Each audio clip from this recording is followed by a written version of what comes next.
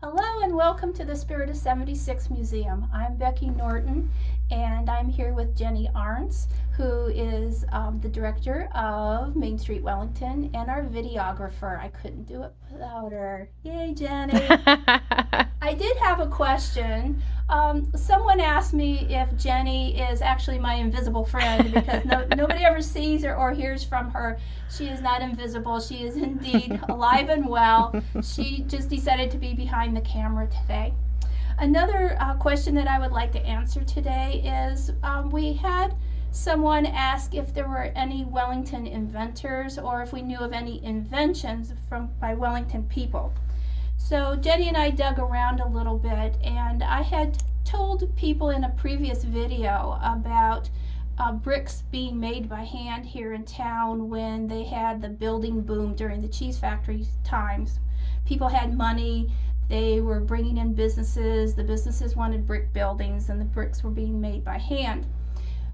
A Wellington person, Chauncey Gannett, came up with a brick making machine, but it was after the cheese factory boom. It was 1928-29, right around in there, that he designed this brick making machine that we have a photo of. So I thought I would like to briefly talk about that just for a moment, because it is a Wellington invention from a Wellington person. Today I would like to talk a little bit more about the cheese industry and what went with the cheese industry, because the cheese industry wasn't strictly cheese. Because we had so many cows, as you can see back here, we have our friendly herd of Holsteins behind us. We had the tremendous amount of milk. And we know that the Warner Company was mainly the production of cheese, but butter was also made and sold. One of the statistics, one of my did you know facts, is that in 1879, 7,888,341 pounds of cheese were sold. And of course that wasn't all domestic, that was sent to Europe also. But butter in 1879, they sold 1,139,989 pounds. But in just a year's time, in 1880, the amount of cheese went down to 5,786,835. So you can see that there was already a decline in 1879 to 1880. And with butter, it also declined. It went down from over 1 million pounds to 973,258. So you might want to ask yourself or ask me, why on earth did the amount of cheese and butter go down when we had all these cows? Well, it's just like in today's time, it was all economics. The prices went way down, and so the making of the cheese and the butter just wasn't as profitable, so a lot of the farmers cut their herds by a fourth or a half, which is happening today also. And they went into more general farming, so they would plant crops, they might have beef cattle or hogs or sheep or something like that, and got out of the dairy business. And a lot of the small cheese factories and butter making factories went out of business also. You can see here, I had talked before that the cheese factories a lot of times were not huge factories. They were smaller factories that were right on the farm. And these are a couple of photos that we have of some cheese factories. And you can see it looks like it's out in the middle of a farm and has several people there. You ready? Yeah. And here is another photo. And it just looks like somebody's building their barn. Kind of outbuilding. Outbuilding, right.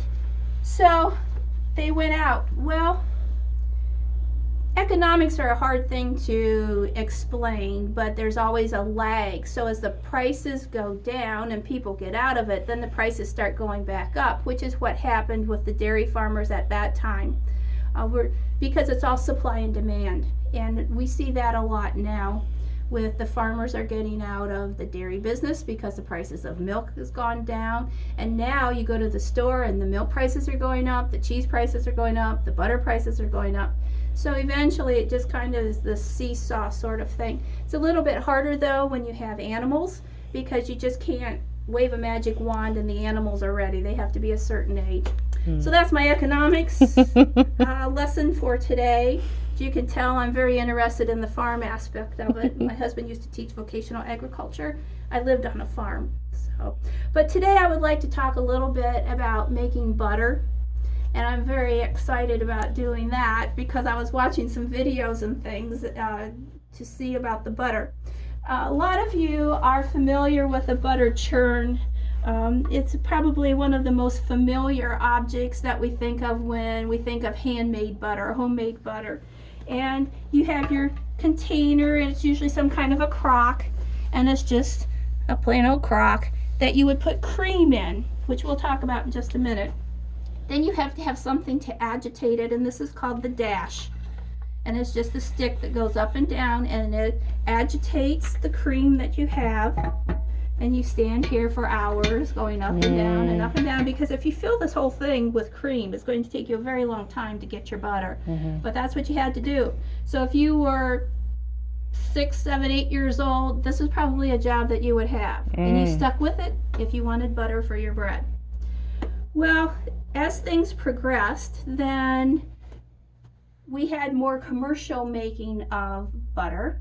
As you can see with the dairies and the factories that we have, some factories would do butter, milk, and some cheese perhaps. Some of them were called creameries, and they mainly stuck with the butter and the sale of milk. My great uncle owned the Centennial Cheese Factory, or I should say Centennial Creamery, and this is a stencil that would have been used, and I know it's really hard to see, but it's Centennial Creamery Fresh Cream, and an HW for Henry Wood, and then 1776 to 1876, and then a flag on it. And this was used to put on top of the boxes that we'll talk about in just a few minutes, but since we were here, I want to show you that. Okay, butter making. You need to have cream to make butter because of the high fat content in the cream. When you have milk, the milk has what we call solids in it. It's the fats and the proteins and that sort of thing, and then the liquid part of it. You need to get those proteins and fats out, and that's what your cream is. So you might have something like this, which is a cream separator, or you might just put your milk, your whole milk, in a bowl and let it settle, and the cream will rise to the top because it's lighter weight than the rest of the milk. If you want to get fancy, you get a cream separator and you pour the milk in the top here, and you would turn this crank, I did this like this, and you would just keep turning, and the mechanism in here would churn the milk so that the cream would sort of go towards the middle, and then the rest of the liquid, or the buttermilk, would be around the outside. The buttermilk is heavier. It would come out one spout, and then the cream would come out another spout. Now, I have a cream separator at home, and it's a bigger one than this one. That's not the one we use. My husband just restored it. But it has 2 discs like this that you would put your buckets on. This, you would have it up next to a table, and you would have bowls or buckets, and you would get your buttermilk, and then you would get your cream. So you would take your cream, and then you would want to make it into butter. Now, you can use a butter churn like this. If you're just doing it for your family, then you would have a device that looks like this. So you would unscrew this mechanism and pour your cream in here, and then you would get one of your kids to sit at the table, and you would turn the paddle like this, and you would keep turning. And the reason why you have to turn or churn the cream is because you want the fats and the proteins to clump together and separate out from the liquid, or the rest of the buttermilk. So eventually you'll get some clumps. It'll look I don't know, like small cottage cheese maybe, and it would be very pale. Now, As you can see, there's a hole here, and you think, why is there a hole here? Well, you would have some kind of a filter here so that you could pour out as much liquid as you could. Then you would open it up and you would scrape out your butter. You would still have some butter paddles or a wooden spoon or something and work on your butter. You'd pour a little bit of water on it to wash out as much of the leftover liquid that was in it that you could, not a lot. And then you would squeeze it with your butter paddles or with your wooden spoons, dump out the liquid. The reason why you want to get as much liquid out of it as possible is so that it will last longer. It won't go rancid as quickly. If you leave a lot of liquid in it, that liquid will kind of settle out. The butter will spoil faster. Sometimes people put pinches of salt in it to give it a little bit of taste. Sometimes in the pioneer days they would add a little carrot juice to make it a little bit brighter color because they'd want it to be pretty.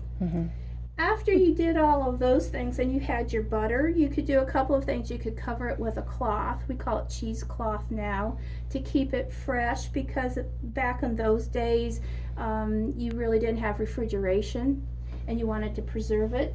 Or you would just have it in a dish and you would put a cover on it so that the bugs wouldn't get in it. And this is an antique one, butter cover, but a lot of you that have had graduation receptions or something, you have gone to Walmart and gotten covers for the dishes to keep, and it's the same kind of thing. This one's a little bit fancier. If you were having company, you would get out your pretty glass one, put it on a pretty plate, and you'd have your butter. Now, if you were having company, you would probably put your butter in a butter mold, because then it would have some kind of like a flower or something on it and it would look really pretty. It would be nice. Now, if you were making butter to sell, you really needed to have a whole lot bigger container than this hand churn or this churn. This was more for what you would do for family. So we would go to, I call this a barrel churn, but I think the right name is end to end. And you would open it up. I always thought this was a clothes washing machine. Oh, well, we've got that too. I'll have to show you. Okay, and there's just nothing in there. It's just a plain old barrel. It doesn't have any kind of an agitator, so it won't wash your clothes. Not well, anyway. So we put it back, close it up, seal it up, and then you would have somebody that would go like this. This would be like a good punishment for kids too. It would be. All right, go churn the butter. Yes. So, and there again, it's just the same principle. You're agitating the cream so that you're getting the globules of the fat and proteins to come together and sorting out the liquid. And then you would do the same thing. You would have to dump out the leftover liquid from it, and then you would take the butter that you have, and you would want to get out more liquid. So you would wrap it, usually in some kind of a cloth, a cheesecloth, and if you had like a small amount of it, you could put it between two boards and push down to get it out. Or if you were in more of a factory, come with me, Jenny. I just like going to the store and buying butter. I know. That's what I do too. Wow. These are two more churns that we have, and they're all the same principle. Putting cream in and turning it. Now this is not set up, and it says that this is a butter maker, but it's not really. It's more of a butter press. These are the legs for it. It should stand flat. And then you can see this wheel right here. You would put your butter in here, and then you would roll this wheel over it to press out as much liquid as you could. And you would use this because it would press out a whole lot more butter than you could do by hand, and it would be a lot more efficient and quick. So that's how that worked. I never knew how it worked, and then I saw a video on it. So now I'm sharing in our video. Yeah, lots of tools. Now, since you're all home with the virus, you may want to make some of your own butter, and you can go to the store. There's a couple ways you can do this. If you want to keep your kids busy, this is the way you want to do it. Go to the store, get a pint of heavy whipping cream, get a nice mason jar, put the whipping cream in the jar, pinch of salt if you want, and put the lid on it tightly, and then have your kids shake it for a very long time, and eventually they'll start feeling it'll kind of have a different feel to it, and that means it's starting to clump up. And you can show them so that they can see it, or they can look in the jar, and then keep going until it gets to the consistency hard enough that you want. And then you want to pour a little bit of water over it to wash it, and then you want to press it out if you can, and then give it a try. And so that's fun. Now if you want to do it the easy way, you get whipping cream, you put it in your food processor, hit the button and do it, or your hand mixer, electric mixer, until it forms butter. You'll get whipped cream first. Of course you don't, whipped cream, I think you put sugar in it at some point. This you would not do that. You would just keep whipping it until it turned into butter. There you go. Have fun, kids. Woo!